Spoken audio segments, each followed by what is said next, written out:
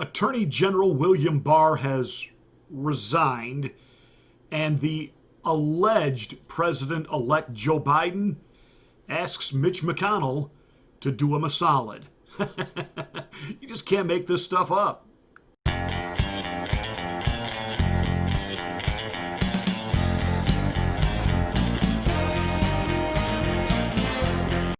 So we have two things that are developing simultaneously, and we're going to try to unpack them at the same time and put this together so that it all makes sense.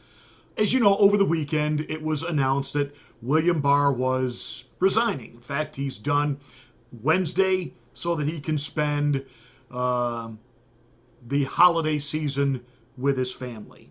Now, there's no great secret here that President Trump was extremely disappointed when William Barr came out several weeks ago and basically said he could find no overwhelming evidence of election tampering or fraud or problems. Are you kidding me? I mean, everybody, even Democrats took a step back and went, huh? Nobody believes that narrative. Not even YouTube and Facebook when they put their official warnings and the Associated Press has already called this election, and it's been the most uncorrupt election in the history of election.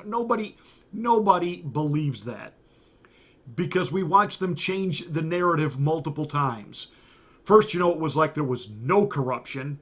And then, there's not enough corruption to overturn an election. We have it kind of built into our system. We know percentage-wise how much is like normal corruption. It's just mind-boggling that William Barr would do that on the one level, and on another level, it's not. The deep state, the swamp, they always protect their own. Let's not forget that William Barr also worked for President Bush. This is another part of the ruling oligarch political elite class dynasty. Now, Barr came in during the just absolutely horrendous, disastrous, non-stop Russian collusion investigation hogwash. And of course, he was called the president's, attack dog, his sword, his shield. Notice, though, what William Barr actually did and didn't do. Nobody on the accusatory collusion side went to jail.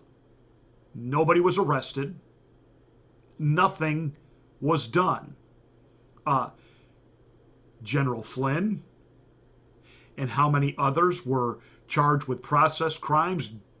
Roger Stone had his door kicked in and an FBI SWAT team went in there as if he was like some homegrown terrorist. Carter Page. These people literally had their lives turned inside out and destroyed. And even though there have been pardons given and cases dropped, the damage is done. I don't know if you've seen the new Netflix series, Manhunt, which tells the story this time around of Richard Jewell. Now, Clint Eastwood made a movie about Richard Jewell, who at one time was a suspect in the Atlanta Olympic Games bombing. But of course, he tells it from the viewpoint of Richard Jewell and his attorney. What the Netflix series does, dealing with the same story, they go through the manhunt to actually find who actually committed the atrocity. And as you get into the nitty-gritty and you watch that story unfold, one thing becomes evidently clear. Not only was Richard Jewell innocent, but the FBI knew he was innocent. But the upper echelon, i.e. Louis Freeh, didn't want to declare him as such. In fact, despite the fact there is the actual bomber sitting in a federal prison and will, for the rest of his life for that bombing. The FBI case against Richard Jewell, they never actually officially cleared his name. And there's a great scene where the reporter who first broke the story that she was spoon-fed as the narrative by the FBI, that this was their guy, when it was finally obvious that the FBI had gone after the wrong person, the whole thing was just atrocious, and 60 Minutes came out and exonerated him. And media outlets around the country apologized and, of course, paid money. The Atlanta Constitutional Journal wouldn't. And their reporter had been basically the mouthpiece quietly for the FBI. And when she realizes that her career is now over, she says, "What do you do when you've been publicly shamed?" To which her associate responds, "Why don't you ask Richard Jewell?" Because again, even though he got quote-unquote exonerated on one level, the stigma never left him. And the stigma will never leave these people that were part of the Trump team and what they were put through, Shazam, Batman, by the FBI. It's amazing, and I know some of you obviously are not Netflix fans because of people who work at Netflix and are on the board, but yet at the same time, they can't sometimes help these Freudian slips of accidentally telling the truth. And here they do an entire series where they show you how when the FBI, the deep state, the intel community decide to destroy someone's life, hey, here's how it works. And yet we can look at it in the story of a Richard Jewell and see it, and then the very producers at Netflix could never possibly bring themselves to admit that's exactly what happened to Donald Trump. And the truth is, William Barr knows that. All William Barr actually did was work with the deep state to basically call the dogs off of Trump regarding the made-up, phony, fraudulent Russian collusion, because apparently the deep state had something else coming, what we're dealing with right now. But nobody on Team Hillary, nobody that perpetuated this dossier, nobody that fueled all of this ever got arrested, charged with anything, or saw the inside of a jail cell. Comey lying to the American people, lying to Congress.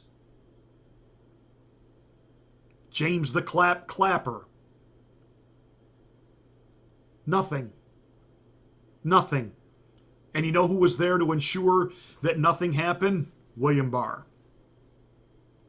And then, to come out and there's no voting irregularity here.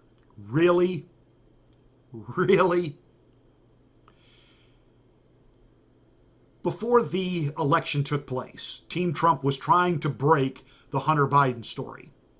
You had, Joe Dementia Biden, when he would occasionally emerge from his bunker, he would get all testy and nasty and mean. There was no there, and this needs to stop. And remember, we had 50 so-called former intelligence agency personnel coming forward saying this was Russian disinformation. Boy, they love to throw that around, don't they? Now the election is over. You've got William Barr. Put this all together now. William Barr said, no fraud. Now media outlets are beginning to report, yeah, you know what? There really is an investigation into Hunter Biden. It's not Russian disinformation. William Barr certainly knew at the time it was not Russian disinformation. Why didn't he come forward and say something? Before the election. Why didn't he tell the American people, no, there is an actual real investigation here? William Barr's department sat on the computer, the emails, the information. See, unfortunately, Trump has been surrounded by a lot of Judases. Remember, William Barr got there because of how absolutely worthless and feckless and ineffective Jeff Sessions was. You know, right at the very beginning of the Russian collusion narrative, he recused himself. I just can't in good conscience move forward on this. You know, I don't know what the deep state had on Sessions. I think it was probably video evidence of him violating barnyard animals, but, you know, don't quote me on that. It's just a hunch. But they had something on him. They rolled him and blackmailed him, and he shut right up. William Barr was brought in. William Barr at least got the investigation to quote-unquote go away. And then they tried the whole Ukraine impeachment thing, and when that didn't happen, they latched onto the pandemic and said, this is it. We will do several things at once. We will kill the Trump economy. We will blame the deaths on him.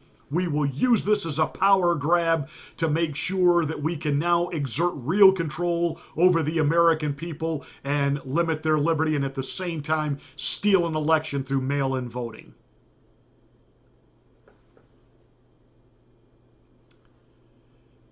You do have some Republicans who have said now the so-called asterisk alleged president-elect wants to lecture us about, hey, let's just unite and get along for the good of the country, like we're supposed to forget the previous 4 years ever happened. Well, Senator Ron Johnson from Wisconsin, he's not having it. 50 people associated with the intelligence community after our Hunter Biden investigation and the revelations of the Hunter Biden computer said, oh, this is Russian disinformation. Now we find out, no, it's a real investigation by the Justice Department. So it's just galling, and I just have to point out that the purveyors of Russian disinformation, Hillary Clinton's campaign, the DNC, the Steele dossier, the ranking member Peters accusing Senator Grassley and I of disseminating Russian disinformation, that's where the disinformation is coming. That's where the false information, the lies, the false allegations. I can't sit by here and listen to this and say that this is not disinformation, this hearing today. This is getting information we have to take a look at to restore confidence in our election integrity. We're not going to be able to just move on without bringing up these irregularities, examining them, and providing an explanation and see where there really are problems so we can correct it moving forward. Senator Paul. Mr. Chairman, I got to respond to that. I mean, you're saying I'm putting out information. Well, one, I had nothing to do with this report. You lied repeatedly. I did not. You lied repeatedly in the press that I was spreading Russian disinformation, and that was an outright lie. And I told you to stop lying, and you continue to do it. Mr. Chairman, this is not about airing your grievances. I don't know what rabbit hole you're running down. You right talked now. about Russian going down rabbit disinformation. holes. Senator Paul. This is simply not what we're. Boom! A senator with some, how should we word this? Because I have to remember I'm on radio and this is a family-oriented show. He has some, shall we say, testicle fortitude. He's had enough, and you've got Mitch McConnell out there yesterday telling the GOP, do not do this Hail Mary. Now, what was that all about anyway? Because there was an exchange then between he and President Trump. The Hill reported on this, and of course the Hill is left-leaning, and I've been reading several articles, and today, of course, they're all gloating that this is it. Mitch McConnell has lined up enough GOP that we're done. Joe Biden's it. What the liberals have been very concerned about, and members of the swamp, it was not over with the Supreme Court decision not hearing the Texas lawsuit. There's one final step to this, and it can happen on January the 6th. When the Electoral College presents before the House and Senate in a joint session, if you get one representative and one senator that want to contest any state's electoral result, and technically there are 4 in play, 4 swing states. At that point, the sessions then break off. There's 2 hours of debate on each one of the objections. And we understand that because of guys like Mitt Romney and other spineless jellyfish within the Republican Rhino division of the GOP, the overturning of things in the Senate, not going to happen. But there were some procedural things that could be done that a guy like a Ted Cruz would be phenomenal at, where this could be dragged out and stalled, because the Constitution does put time limits on it, that we would then be looking at, brace yourself, a President Pelosi at noon on January the 20th. And what happens then is the Senate gets to pick the vice president. Well, Shazam, Batman, who do you think they're going to pick? They will pick Mike Pence. He's one of their own. And then the House would pick, or I should say vote on, the president. And again, it goes back to a scenario we talked about several weeks ago, where it's not based on the fact that, wow, there's more Democrats in the House than Republicans, so it doesn't work that way. Each state gets 1 representative, and there are 36 Republican-run states. So potentially there should be 36 votes for Trump.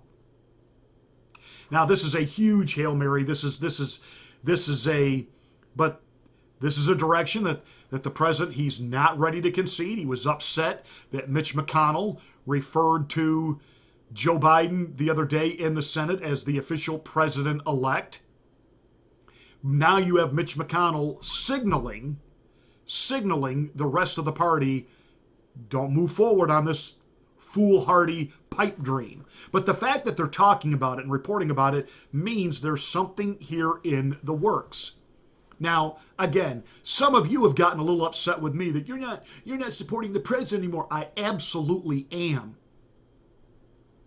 I will never accept the fraudulent title of president in connection with Joe Biden. No. But at some point, what I am saying is this. We have to take a look at what's happening. And again, and some of you keep asking me, are you abandoning the president? No. Listen to me. Listen. President Trump won in a landslide. This has been taken from him. And every avenue he tries to pursue, the powers that be keep slamming the door. What we have to do moving forward is understand this is what happened. We have got to kick some doors down. We have got to get more people into places that will help keep the door open. In other words, follow the Constitution. This is where we're at. So don't check your brains at the door here and say, this is it. We're gonna get this to the House of Representatives and they're gonna vote. Even though we've got 36 Republicans, you don't think that the deep state is working 24/7 to understand what's unfolding before your eyes? I'm trying to help you understand what we are being set up for. And what we need to be is some 4D chess play here. We need to be looking a little farther down the line and what we're going to do moving forward. But I will defend this president to the very end. And he wants to pursue these other avenues. Yeehaw, count me in. I'm on board. Let's do it. What I don't want some of you is being near suicidal despondent the day the final door gets closed. I just want you prepared that is a real possibility. Be prepared that could actually happen. And are you going to become despondent? Are you going to become off the rails crazy? Or are you going to be smart and strategic and move forward. That's the challenge. Hey, that's it for today's rant. Thank you so much for watching. Give us a thumbs up and a like. Make sure you share this video to your social media platforms and smack the bell, click the word all to get notification of my next rant if YouTube ever stops shadow banning me.